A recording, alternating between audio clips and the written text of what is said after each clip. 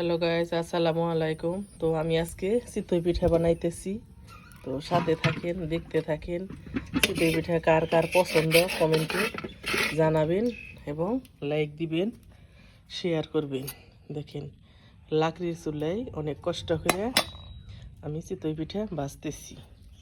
তো নতুনদের পাশে থাকবেন এবং লাইক দিবেন, শেয়ার করবেন। প্লিজ প্লিজ শেয়ার করবেন, নতুনদের পাশে থাকবেন, লাইক দিবেন। চিতই পিঠা কার কার পছন্দ কমেন্টে জানাবেন।